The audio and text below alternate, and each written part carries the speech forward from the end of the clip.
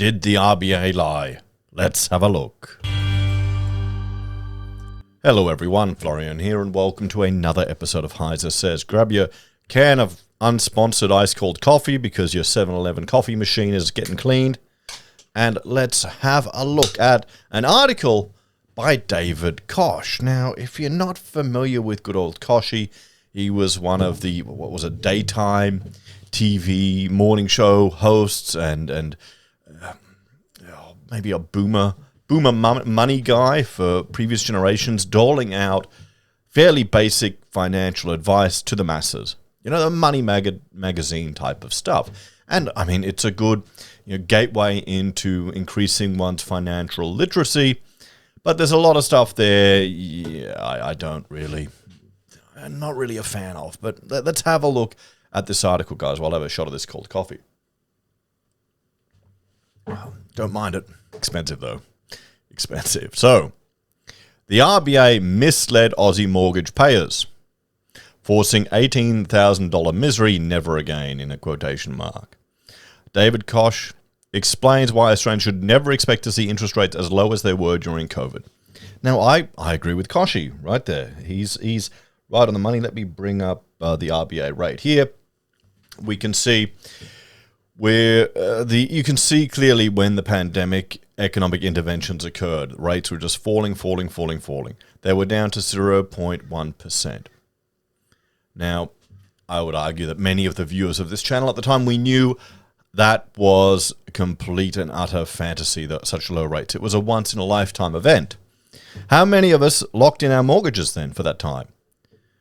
I mean, the problem with having a fixed-rate mortgage, most of them you can't pay more than 10 grand extra a month. So that's limiting your ability to, really decimate it, really pay it off fast. And well, anyway, what we have here is a return to normal rates. If you go from 2010 back, you can see hovering around 4%, probably a bit higher for a majority of the time, but that's kind of normal, everyone. That's a normal rate. So what worries me is this constant drumbeat of expectation that the RBA is about to cut rates. I mean, if you're waiting for the RBA to cut rates, if you need to have 0.1% cash rate target in order to afford your mortgage, you're kind of screwed. I've said it many times before, and I'll say it again. Australia's changing. You've got people complaining that, 100 grand average wage is ludicrous. It's not possible. Australia's changing because the class divide between those who are capable of owning property and those who are not is now being established. Australia is not what it was in the past. A growing colony with limitless possibilities. It's all been explored. It's all been discovered. They're restricting access to land. Everything's planned. You've got a whole not in my backyard culture and people voting more and more regulation on a yearly basis. All of that means housing is going to be expensive. It means you're going to either have people that can afford to get into housing, and you don't want to look at the median wage of everyone or the average wage of everyone. You want to look at the people who are at working age, full-time adults. Usually two of them in a household, combining their incomes together to work as a team to get into a house, because that's who you're competing with in the market. You could argue that's unfair, Florian. Housing should be affordable by the poorest people.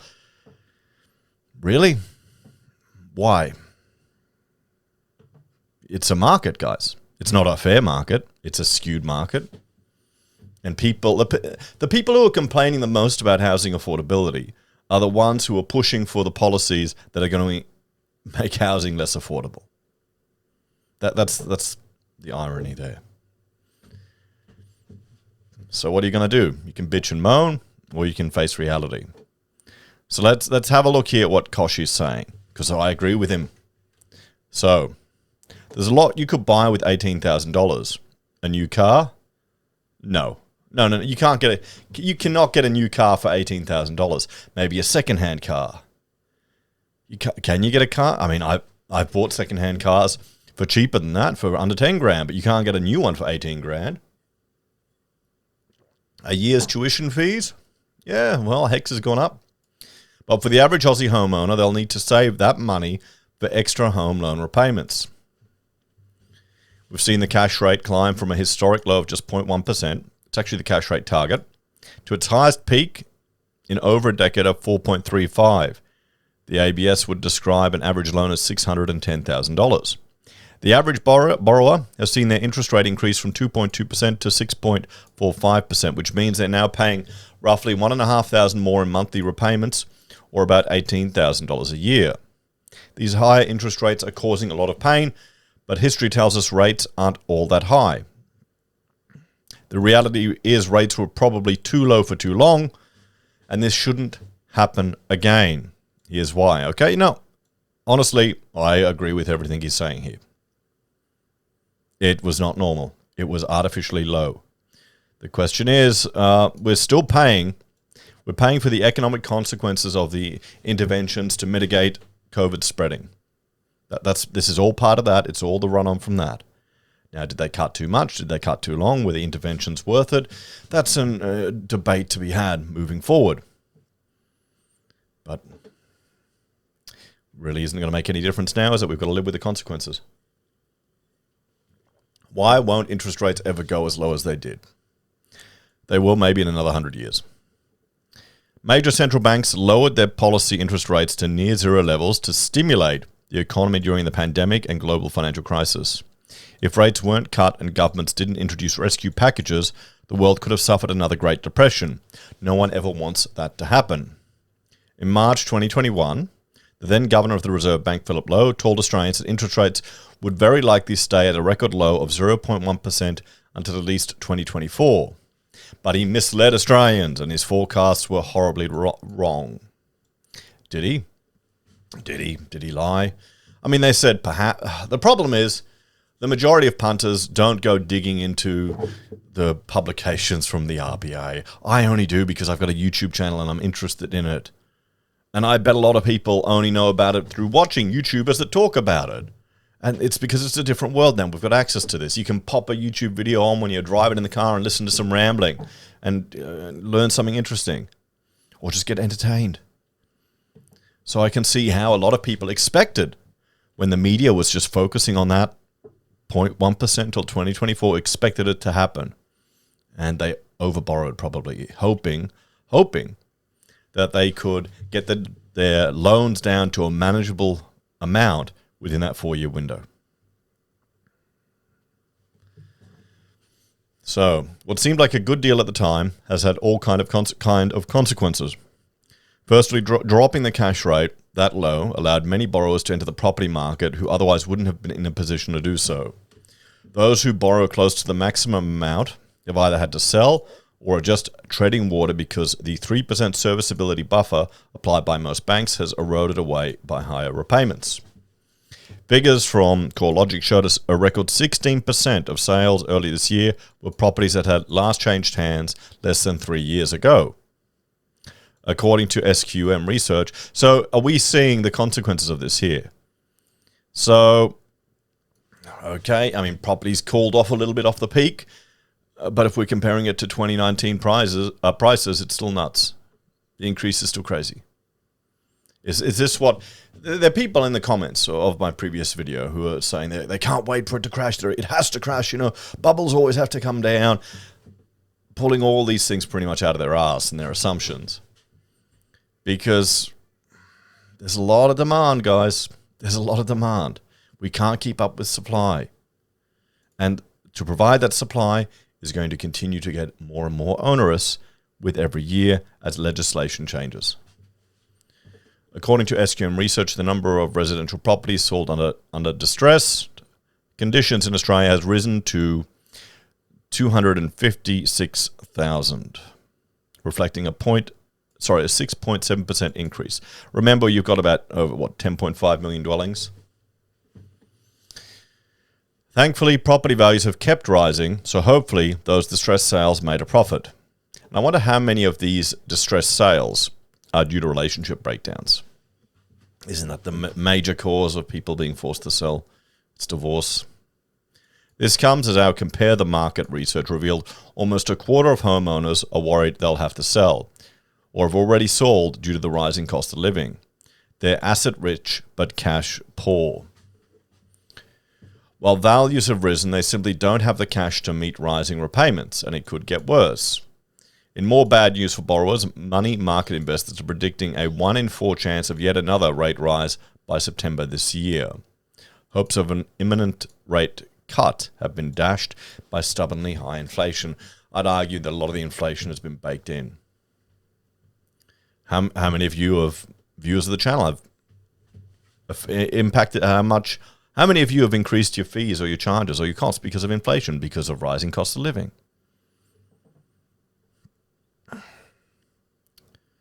So the effect of the cash rate could be likened to a seesaw. When rates are low, spending goes up, and heightened demand for products and services drives up inflation. In our case, the seesaw has flung up like a catapult. So would we still be fighting inflation fire if we didn't have such low rates in the first place? That's the question for the central banks to think on. It's fair to say the RBA didn't expect inflation to surge the way it did, which forced them to implement the sharpest rate hike cycle that we've seen in a generation. So how can I reduce my mortgage repayments? Oh, this will be interesting what Koshi has to say.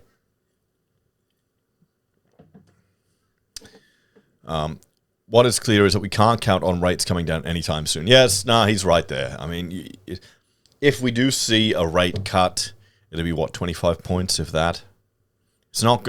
If you're in trouble now, you're going to be in trouble if the cash rate target is a quarter down. If you're running that close to the edge. Ultra low rates were too good to be true, and we're now paying the price. Well, how much of this is to blame on the RBA? Remember, you've got people were allowed to access their super funds. Businesses were allowed to trade while insolvents. We've got shipping costs of materials that are imported to build their houses have already also skyrocketed. It's not entirely on the RBA. So you can't blame everything on them. But also, it's a bit funny to think that they're the solution to inflation.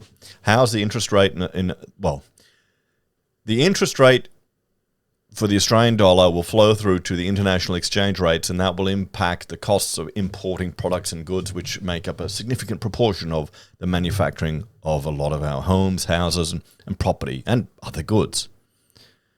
How is it worth it, though?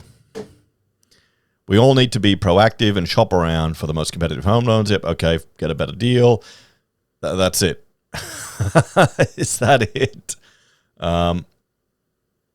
Where's the advice? Shop around, make a phone call. Okay, I mean, that's really it.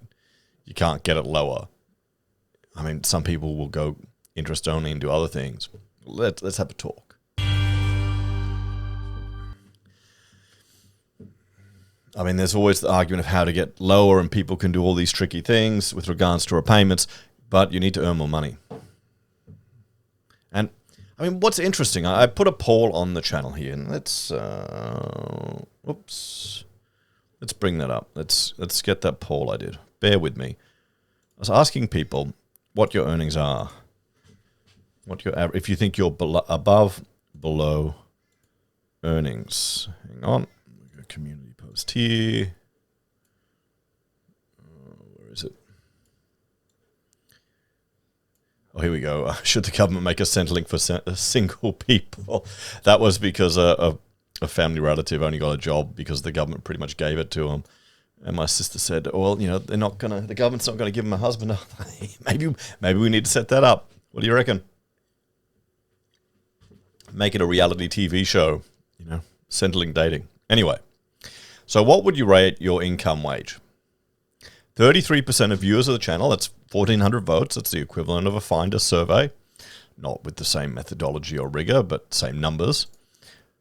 33% say below average, 40% are average, and 27% are above average. Now, if we go to the ABS, we can see the average weekly earnings right here of full-time adults, ordinary time, is $1,886. Well, there's the trend, there's the seasonally adjusted, and there's original. We'll go with this one. Full-time adult average weekly earnings. Total is, $1,900. So $1,000 between, or 1.5. There you go. It's going down all employees. It's the part-timers that are dragging it down. So think about it. If we're looking at house prices, you need to get, say, what are we looking at here? What are we looking at here? 1886 times 2. That's your household, 2 full-time working adults, ordinary time earnings. Yep, sure. Per week. There you go. You get your 200 grand. Then you get, government takes their cut. But that's what you're competing with in the housing market to service your loans. So you got to keep that in mind. These are the people you're competing with. Not the part-timers, not the unemployed, not the pensioners, not the retired people, not the young people working their way up in their career who are still enjoying life. It's the full-time average weekly earnings right there. That's who you're competing with it. So we've got to take that into account. So how many of you are on about 100 grand a year, which is the trend, the average weekly earnings right there. I think it's different between public and private sector. But one comment I wanted to highlight here, which I thought was a really good one, where is it? Here we go. Where is it? Yeah, this guy here, James.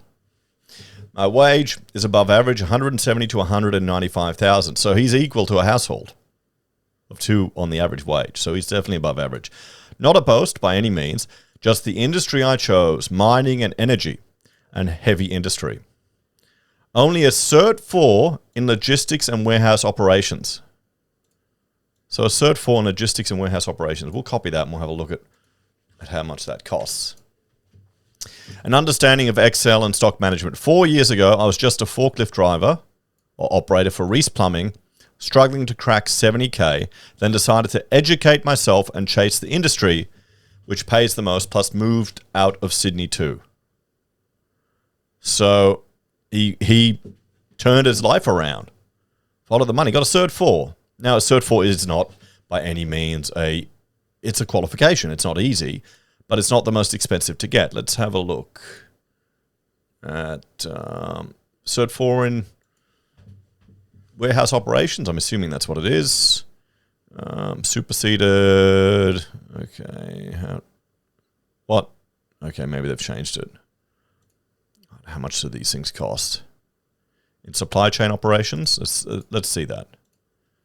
They tell you what the cost is. Learning method, classroom, workplace. Of course, they don't tell you how much it is, do they? Do they? I don't know if I'll be eligible for it. But you don't need a bachelor degree. You don't need a master's degree. But you do need, and what the takeaway from this is, you do need a useful qualification. You need to be educated. That's the pathway to earning decent money. And it's not going to come easy. You're going to have to work for it. Cert 4 is still going to be hard work.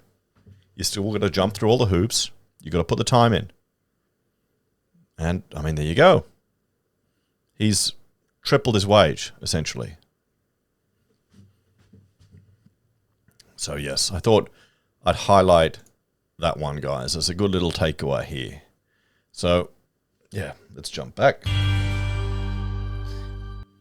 That's where I come from, the point that you got to earn more. There's an example of how one viewer did. Good on him. Good work. I like hearing stories like that. I know as a YouTuber, I'll be focusing a lot on the economic news, and a lot of it is framed in a negative way. Always is. Always will be. That's just how it is, because it gets the eyeballs, gets the attention. You can see the editors doing it all the time. But there you go. I mean, maybe this is a call out to those of you that have watched me rambling for this long. How did you, or could you give examples of how you turned your life around through education and training? And this is the thing, it has to be useful. You need a useful skill.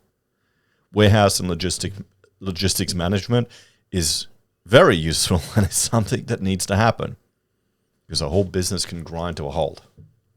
Anyway, take care, guys. Have a great day. I'll see you next time. Bye for now.